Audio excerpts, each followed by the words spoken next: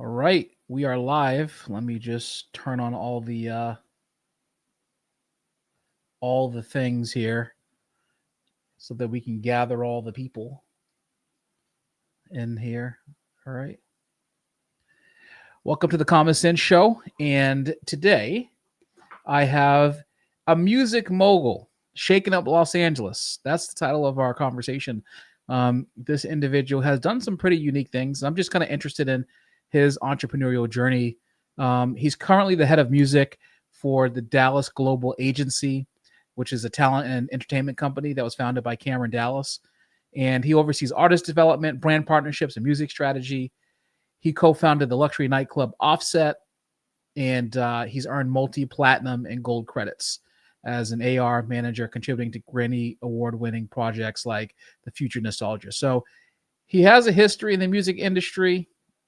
He's done his thing, and we celebrate all types of business here on the Common Sense Show. I'm actually really, really interested to see how the music industry and like what he's noticed, and to kind of get his senses of how entrepreneurs can go to the next level based off of what he's experienced himself. He is Connor Treacy, and he is coming to the stage.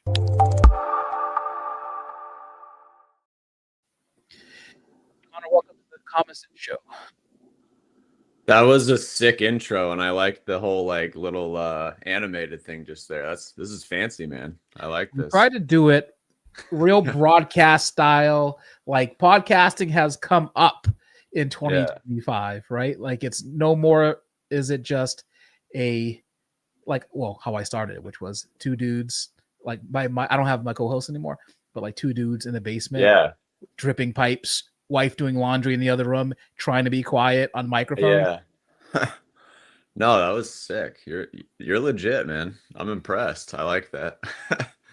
I try to be. So yeah. You have quite the interesting dynamic in terms of what you've done as an entrepreneur, right? So you are currently the head of music for a Dallas Global Agency. You're in like talent development. You started a nightclub. You're doing like $4 million a year at the nightclub. You've worked with Grammy Award winning artists.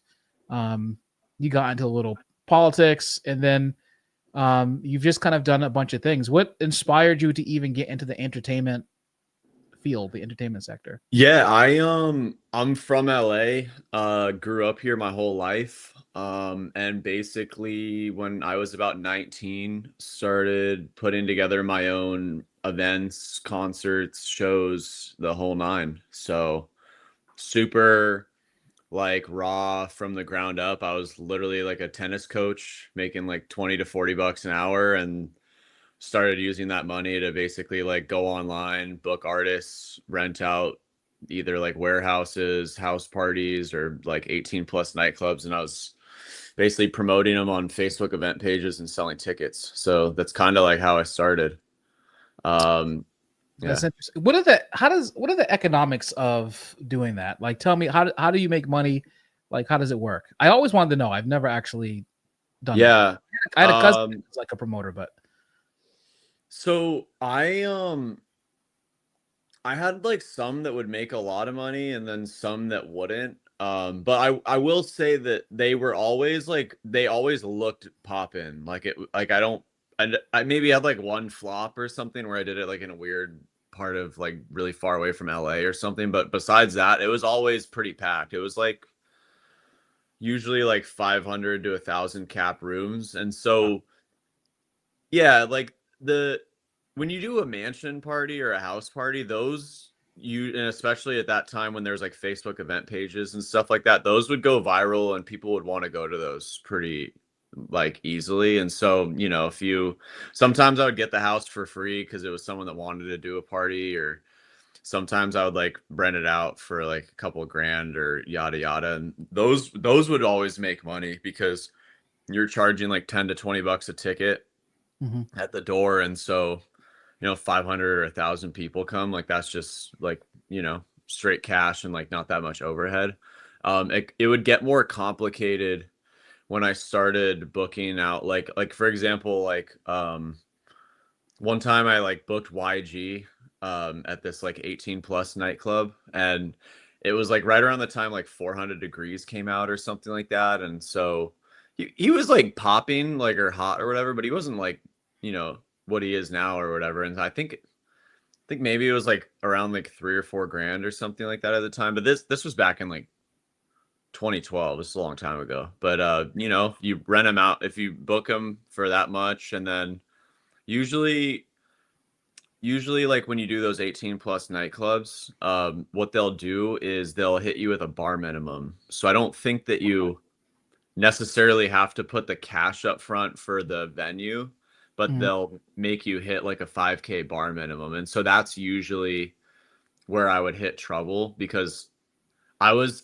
19 when I booked YG to do that. So like a lot of my friends weren't even like old enough to drink yet. So it was like packed, but then I wouldn't hit the bar Right. minimum. And then I'd have to pay for YG and then the other like DJs and the openers and stuff like that. So that was like, and then when you book stuff like that, it's actually harder to get people to go to those venues than like a mansion party. So that's kind of like Interesting. two examples of like how you can make money and like not make money. But I felt like the YG thing, like stuff like that's still good because you get photos and videos, and it's like good for brand building and people know about your parties and stuff, you know?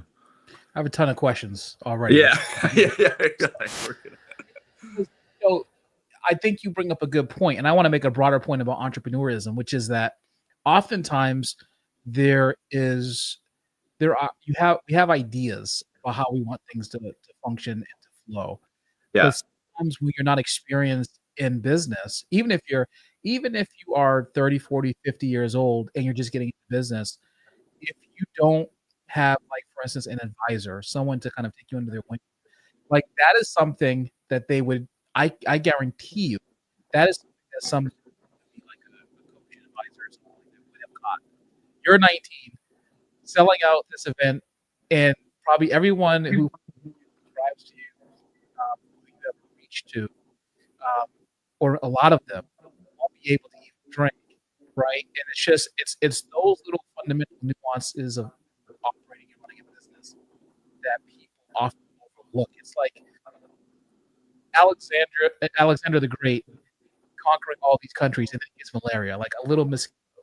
Yeah. He could beat any army on earth, but like the little mosquito that kind of flew through every shield and sword is the one that took him out. Right? So it's the little thing that we don't even think about half the time that gets us. Is that Yeah. experience like when you were first starting? Yeah. I think like, you know, I think at that time, I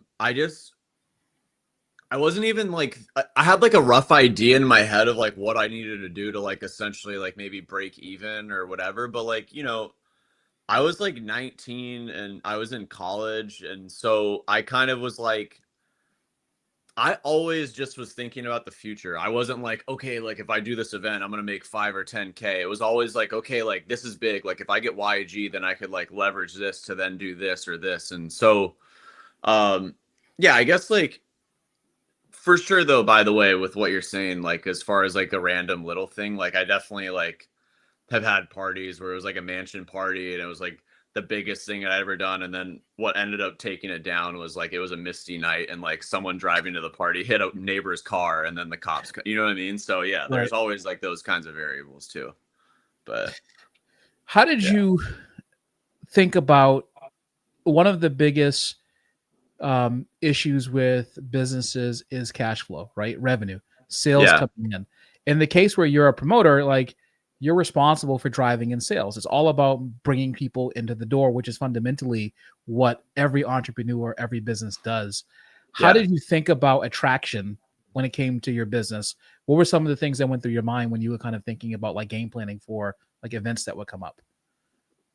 Yeah, so I always tell people this, especially like in the music business, like artists or whatever, like I always from day one had money coming in. Like I was teaching tennis lessons, right? So like even if I got completely smoked on a party and lost like 10K, I knew that like I could bounce back, and I kind of, you know what you get what I'm saying? I do, yeah. Um yeah, but the parties are like super simple. Like like another deal structure that I had. I originally went to this school called Cal Lutheran, and so the deal I had with them at one of the bars out there was I think it was they kept the bar and then I kept the door. Hmm. Yeah. So Smart. eventually, like when I built my name up enough, that took about like a year. Then they were like, look, you don't need to put any money up, and then no bar minimum. So you just keep the door, and then we keep the bar. And so if I have 1,000 people come and they each pay like $10, Right. that's like 10K. So and then all I have to really pay out of that is like a couple DJs and whatever else. You know what I mean? So that was like ways where I knew for sure it was gonna make money. But then I would also do plays like the YG thing where I knew maybe I'd break even or even lose some money, but that was really what would get my name going as like, okay, Connor's like for real, like doing this. He's not Right. just some house party guy or some college party guy, you know? How did you think about promotion, getting people in? I the way that I did it back then was the way there was basically I mean you probably remember this when Facebook was like what Instagram or TikTok is now. Facebook was like the primary thing. And Right. so I basically would create these Facebook event pages Mhm. and you could I had this button where you could invite everyone's friends with the click of a button. And so I would tell people, I was like, hey, like I'll let you in for free if you let me invite all your friends. And so I Right. would invite like 100,000 people to these Facebook event pages. Wow. Seriously, seriously. And That's crazy. that's how I would get the word. And the thing is like I knew some of them were like people I knew from college, so like most of their friends lived in like Oregon or something else, but I didn't even care because like I was like, this is just giving me more name ID, and people are like, you know what I mean? And eventually, like there would be people that would like fly from like San Francisco and be like, I heard about this on Facebook, like this looks crazy, and like they, you know what I Wow. mean? Yeah, Yeah. yeah, yeah. So because back then it was a different time, man. You couldn't really like go viral and like the way people on TikTok now, you could just like post something and go like Facebook was still like there was like hype and stuff, but it wasn't like a crazy viral. You know what I'm saying? It was Yeah. a little bit hard. Yeah. So that was how I was marketing everything was through Facebook event pages. Yeah, that's smart. Like leveraging social media and kind of getting. Well, I think I actually, using a referral system. What you really did is that you Yeah. use a referral system. So someone that people trusted, like essentially, you traded on people's name before you could trade on your own, right? Right. Yeah. Yeah. No, for sure.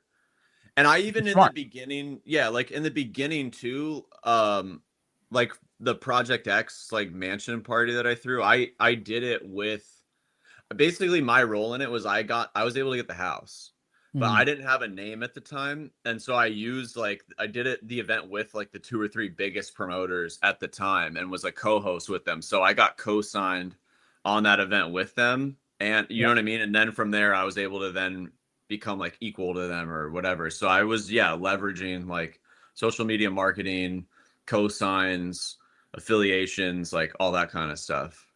How did you get them to trust you if they're the biggest? Because it was like it was like a mansion in Beverly Hills, and they at the time probably were like the biggest mansion party people. So like, okay, like this guy's gonna give us this free house, and then he'll give us he'll split the profits with us. And then for me, like I got co-signed by all of them, and then I could go run off and do, you know what I mean? So I always would figure out like what I could bring to the table to get in with the biggest people to then sit at the table type thing. I wasn't like ever really necessarily like asking for favors. It was always like, hey, like I've got this. If you want to come do this like with me, you know? So that's another important point I think that people miss. Like if you're on LinkedIn for more than 5 or 10 minutes, then Yeah. people are always asking you for something Yeah. without giving you something, right? And so Yeah. I think that one of the things that I'm learning from you is while you were building your reputation um, and your name, you were use other people's names and their referral to get clients to come because really the people who are attending your parties are clients of yours, right? I mean Yeah. that's really what they are. And then the other thing that you did, I think that is actually pretty smart, is you know you gave before you got. Like you said, hey, what can I do for you? Let me make you Yeah. some money. Let me bring some cash to your doorstep before you even thought about getting cash for yourself. I mean, that is the way that you get people who are already established or wouldn't even give you the time of day to actually take a look at you, is by giving them something and doing something for them, right? Because that creates a lasting relationship. I'm sure you still have some of those friendships or connections even now, but it Oh started with yeah. you giving somebody something first. Oh, there's people that I started with that are still in it, and like they're like the biggest nightlife person now, or they're this, like, like everyone that I started with. But yeah, I feel like it's way, you can just move so much faster if you go to someone and they're huge or whatever and what they do, and you're like, hey, I'll give you this for free. Like, can I just Right. do that? And they're like, all right, like, sure, kid. Like, you know what I mean? Like, that's always the mentality that I had, because I just really didn't know anybody. Like, Right. my whole thing was cold outreach. Like, my dad's literally like an electrician and my mom's a hairstylist. So like I had zero like Hollywood connections, and so it was just more like, how do I just give this person straight up value? And they're like, all right, sure, this is easy. This is a layup, you know? Right. Yeah. So, how much different is what you started out in events promotion to basically artist development and brand building now, brand storytelling? Like, I'm sure there's some overlap, but generally speaking, it's a completely different function, right? A different way of doing business. It's really like, I view everything as the same thing. Like, I kind of just am like a playmaker. So whether I'm like putting together the biggest people for like a house party, or if I'm getting like three big artists on a track and this and that, like it's kind of the same deal, Because it's like, you really could make a play happen with anybody, right? Like, if you have like the number one producer slash songwriter of all time and they gave you a demo, like you could probably get a really big artist to cut on it for like, hey, like I got you this, and they're down to give it to you for free. Like, you know what I'm saying? So it just kind of depends on the hook, on like what you're giving somebody.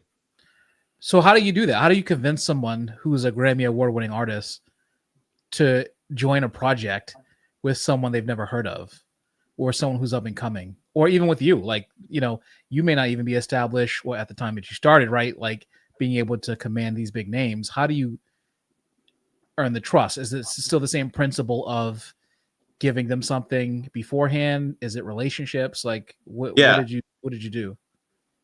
Yeah. So, well, for one, like, I try to have the vibe where, I have a bunch of people's phone numbers that are like big quote unquote names.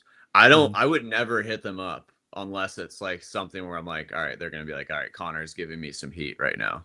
Like, I'm never just like, hey, like, do you want to post this like protein powder thing and then I'll take 20%? Like, I don't do that type of shit. You know what I mean? Like, if I have a big celebrity person's number, I'm like, hey, yo, like, I got this guy. He produced like this number one record. He got me like these three beats. Like, check it out. Like, let me know if you want to hop on it. And then, because most of the time, like, what I feel like is there's all these big people, right? But they don't want to try to make the play themselves sometimes, maybe out of like fear of rejection or this or that. And so I'm like, hey, I'll literally be willing to be the guy that'll take 1,000 tomatoes to the face if like one hit ends up coming out of it. So I'll hit up everybody and try and just like figure out plays or value, and then from there be like, okay, like I think this person would like this, or this person would like this. That's usually the mentality that I try to have. Right. And so, how is it that a person can tell like a good brand story now to get themselves seen by other people who are watching them? I mean, there are people. I saw a clip on TikTok yesterday of a meetup of like the most influential TikTokers in Boston. Right? I told you I'm from Boston. Yeah. The interesting thing to me is like people are considering TikTok and Instagram as side hustles. And so in some cases they're making thousands of dollars a month. Like sometimes they're Right. making a full-time salary doing Yeah. this part-time. Like how do you build that brand when there are so many people trying to build their brand? It seems kind of redundant, right? Like, are we going to hit critical mass at some point? Um, I think I can only speak for myself or like give an example of like how I did it. But like I said, um, I always had cash flow coming in from one thing to pay for the other, right? Mhm. So I used my tennis lesson money to then pay for all these parties. And then I got my name out. I was putting out videos, photos, YouTube videos, the whole nine. Then I leveraged that to then get discovered by the big 21 plus nightclubs because they knew I could bring like I wasn't like a typical promoter. I'd bring like four people or whatever. I could bring like hundreds, and so that was like my edge. And I was young. And then Mhm. from there, I met celebrities, and then I became like the person that would bring the young celebrities to the club. And then the club started paying me rather than me having to put money up. I would just get paid a nightly fee to show up with people, and then I used that money to pay for the music stuff. So I always hence like with the YG thing with that event in particular where I lost money, I felt like I'll do things like that to like make me look cooler and like build out my brand more. So then they're like, oh, Connor's legit, and then I can use that to get to the next level. Does that make sense? It does. And how did Yeah. you get the attention of YG? Like, how did you even pull that together? I mean, I booked a lot of different people at that time. Like I was just kind of booking things that I liked and that I thought would like be hype and like bring a lot of people. And so, like I think in 2012, like he was definitely like popping or like bubbling and stuff like that, but I don't know if he was like necessarily like a huge superstar yet, right? So I feel like a lot of times like what I look for is someone maybe that's like within reach at the time, but still super hot and like credible, and you know what I mean? It's all time. You got to do the same thing with songs sometimes. Like if you're Right. working with an artist and be like, okay, like I think if you got a feature with this person, if you got it right now, in 6 months from now, they're going to be hot and like even hotter. And then that'll help you. You know what I mean? So you kind of got to play this like chess game in that sense. And so I honestly just liked YG like at the time. And I thought a lot of my friends would like it. But I also was like kind of like that. But I booked like at the same time, like Cali Swag District, like the people that did Teach Me How to Dougie. I also Mhm. did Andre Nicotino, who's like a Bay legend. I was like booking just things that like at the time were I thought were like would bring hype and were cool and stuff like that. So there wasn't like a method to the madness, like necessarily. Yeah, it's pretty interesting. I mean, what I think what people who have skills to build, a good business say is that there's not a method to the madness, but there certainly was an intuition behind it, and that intuition, Yeah. comes from your success. It's like almost like a culmination of your successes and failures and your instincts based off of your previous interactions with people in business, and that kind of is what we call a gut feeling, right? Which is all the mistakes you made, all the successes you had, all the little conversations, the little nuances that you missed. For instance, like the bar, and them being the folks getting there being 19, all that kind of like meshed together is no doubt business intuition. It's what allows you to make decisions faster, and to recognize an opportunity faster when the opportunity comes up, and to see whether or not an opportunity is worth it, right? And I'm sure within about 5 to 7 seconds, if someone's telling you about an event or an artist, whatever the case is right now, you could probably sum up whether or not you think it's a money making venture, I would know right? 100%. There's no way I would lose money now on an event. Right. And so Yeah. I'm sure, like, did you start creating? Because like it go so it's interesting how like business works in stages, right? You go from not knowing what you don't know to becoming informed, to choosing targets that actually continually hit because you decide to refine it to certain things, and then you become this thing, right? Which is you can recognize opportunity where it's there. You talked about I would never lose money. It's because you know where to direct your focus, and you know what's distracting from you. And so what is your priority right now? Like, what are you focused on? What projects are you working on at the moment? So right now with DGA, we are just signing for the most part DJs to Okay. management agreements. And so the that in itself like was a culmination of lessons that I've learned in the music business. Um, you know, I don't write anything off, but Mhm. The problem with the music business is if you don't produce your own music, you have to pay for all of those tracks from the producer, right? And if they're a big producer, like that could be like 5 to 50K a track sometimes even more, right? Yeah. Um, on top of that, if you're just like a singer or whatever, you kind of need to have buzz already in order to get shows, Mm. right? So, and then imagine you're in a band.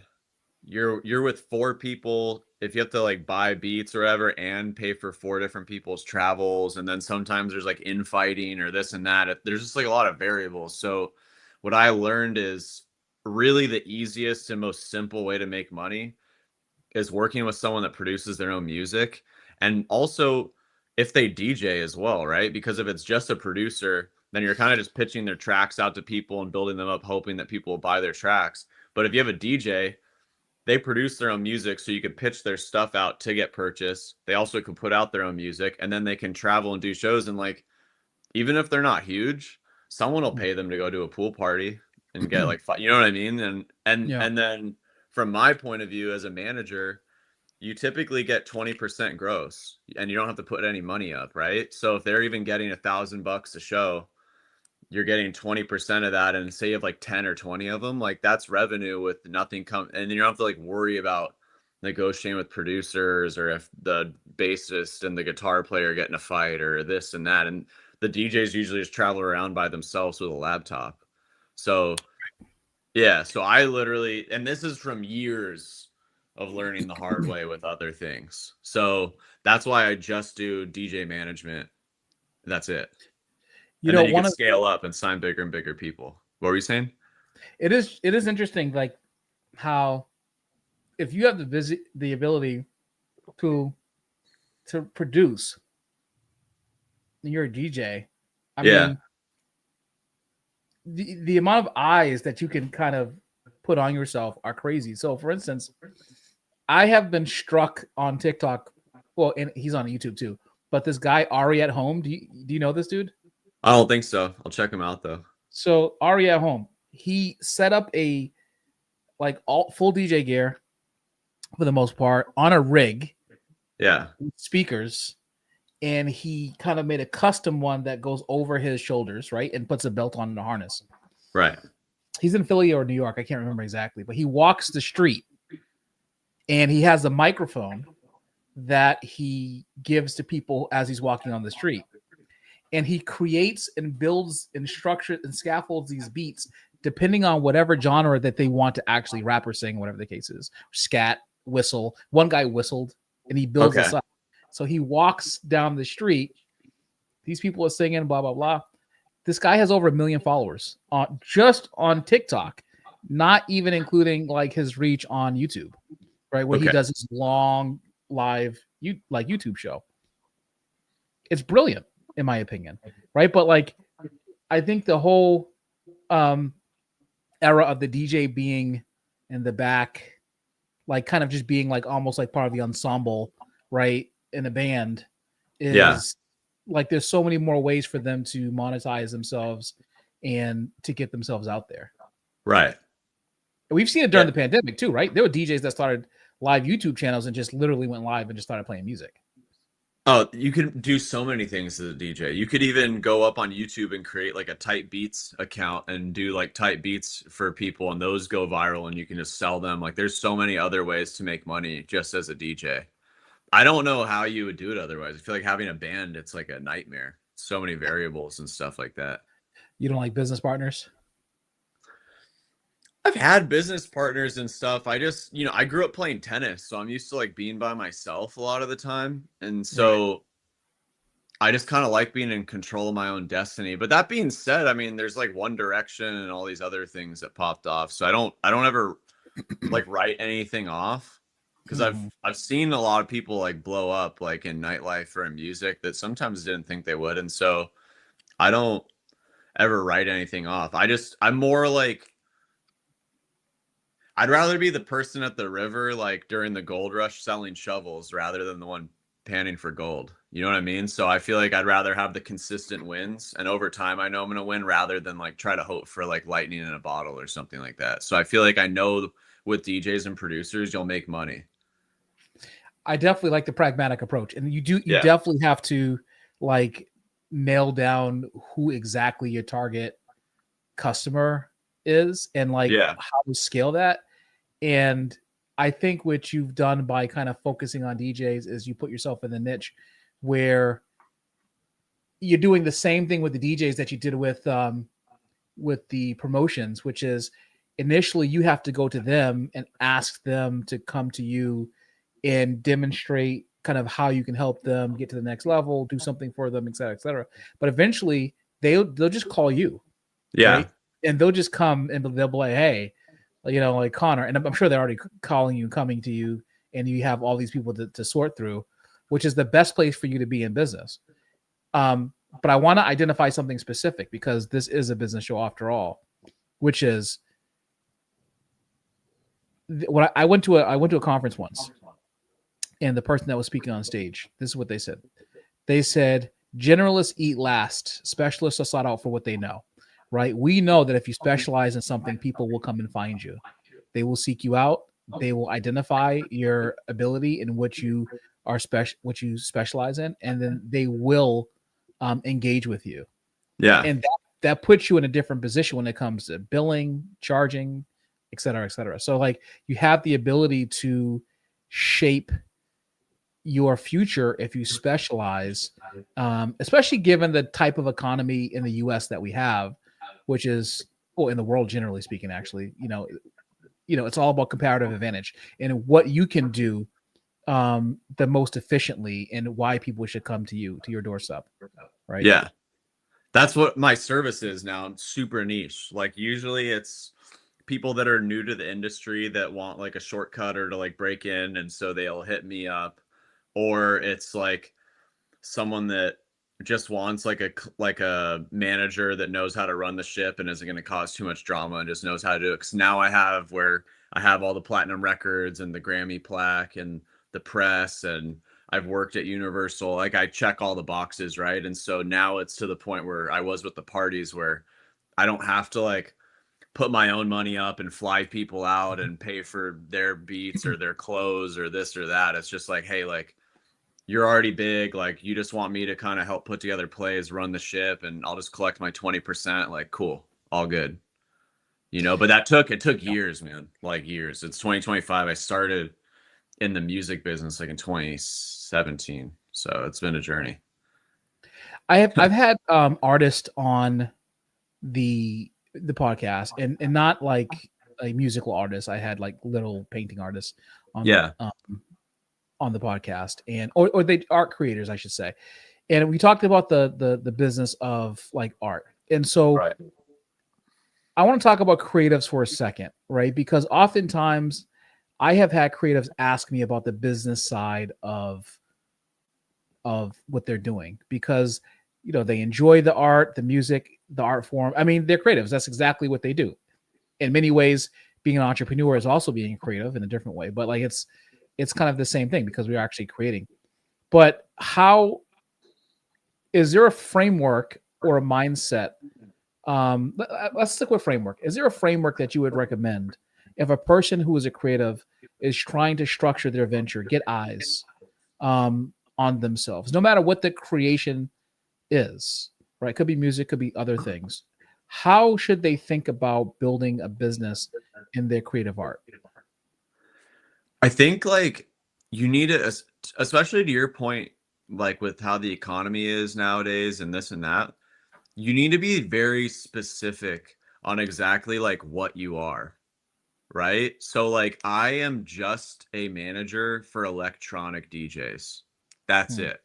I don't do like, so I feel like I say this to the artists too, like what are you? Are you this person that does R&B music, that does like, you need to be like so niche where it's like, like when you're about to have like a girlfriend come over and like you're gonna put the weekend on probably, or you know what I mean? Like it's just like you need to like be like very specific where like you're that person that people go to when like they feel a certain type of way. So if you're with your friends in the car about to go out, you're probably going to put like Future on, or you know what I mean? So it's just like a Right. very specific where it's like, I'm this person for when people are looking for this. Hmm. That's like what you, and then you need to be incredible. You need to just be incredible where people are like, this is incredible, Right. you know? It's funny because that you say that, about being incredible, because I have a newsletter, which I'm going to put on the screen right now, right Nice. here, called Small Business Mastery. It teaches you how to master your business. It comes out every Tuesday, and it teaches you the skills of business, how to upskill yourself and run a business that actually works. So go ahead, if you're watching this on Replay Crew, if you're watching this live, take your phone out, scan it, and then subscribe to my newsletter, my weekly newsletter, Small Business Mastery. Shameless plug. But for me, the reality is, you're right. Mastering your craft is, I feel like people speed up the mastery part to try to get to the exposure part, and then they get exposed. Not to use the Right. term words, but yeah, it's just like, okay, here I am. When you go 1 or 2 levels deep, then they fall apart. But Yeah. really, in my opinion, mastery is about assuming and taking control of every aspect that's required for you to understand how to deliver the same quality product every single time. Like Yeah. every single time. That's what people rely on. Yeah. That's all it is. It's like super simple. So if you can figure out exactly what you are, what the value add is, and then you're just purely the best at that, you'll have money come in. Let me guess, only probably 1% of the people you speak to, the DJs you speak to, understand that value proposition. Yeah, and that's why they're them. You know, like for example, like the artist that I like worked with at Universal Youngblood, like he's just a rock guy. Like he just makes rock music and now he's getting co-signed. He just did that show with Ozzy before Ozzy passed away and this and that. And he Mhm. just stuck to like one thing. That's what he does, you know, and then Right. you own that lane. So you need to like, if you're an artist, you need to figure out like, okay, like what do I bring to the table for why everyone would need me to get brought into the room? You know, like Drake, for example, like he's the GOAT at basically being the guy that can sing and rap on raps. And then he's like the guy that can, you know what I mean? Like that's like Yeah. his pocket. So you need to figure out Kendrick is like the most cred like rapper of all. Like everyone has like their own little like niche of like what they are and like why people would want to pay them to like be on a track or do this or that, you know? Yeah, exactly. And, Yeah. and and it's reliability, really, right? Because if, like, to your point about Drake, let's say that you're putting together a musical track and you have an idea about how you want that track to sound and how you want it to go.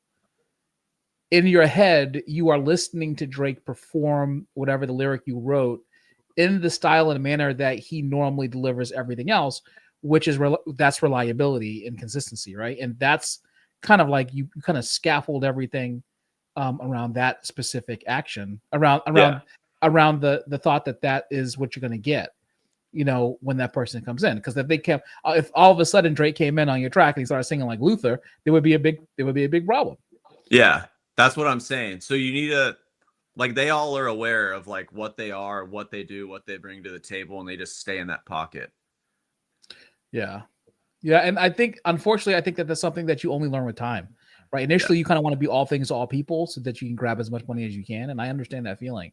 Um, but I think the more mature you get in business, the more confident you get that what you're producing is enough. The more you work on the act of just becoming the best X, Y, or Z that you're producing that you can actually be, it makes a Yeah, big difference. for sure.